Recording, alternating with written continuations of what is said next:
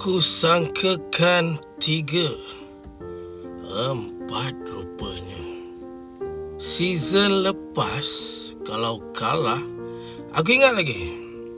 Kalau masuk gua pun gua VVIP, gua yang mewah. Tapi season ni, gua paling gelap. Gua yang paling dalam sekali. Nasib baiklah ada handphone ni. Teranglah sikit lampu dia. Kalau tak, gelap masa depan aku. Sebelum ni bukan main lagi. Liverpool menang 5 game berturut-turut. Kemenangan yang last minute. Sekarang, kekalahan 4 game berturut-turut. 3 game kalah last minute. Apa aku ingat diorang ni memang nak cukup 5 kali kekalahan ke apa?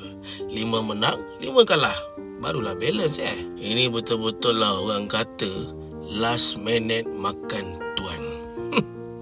Dan kepada Manchester United, tahniah Amorim. Korang memang power lah. Ini adalah kemenangan yang paling berharga untuk Manchester United.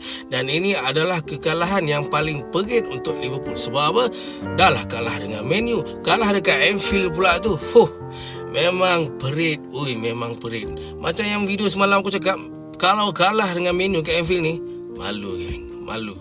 Ni bukan malu dah ni. Ni bermalu-malu dah ni. Berperit-perit.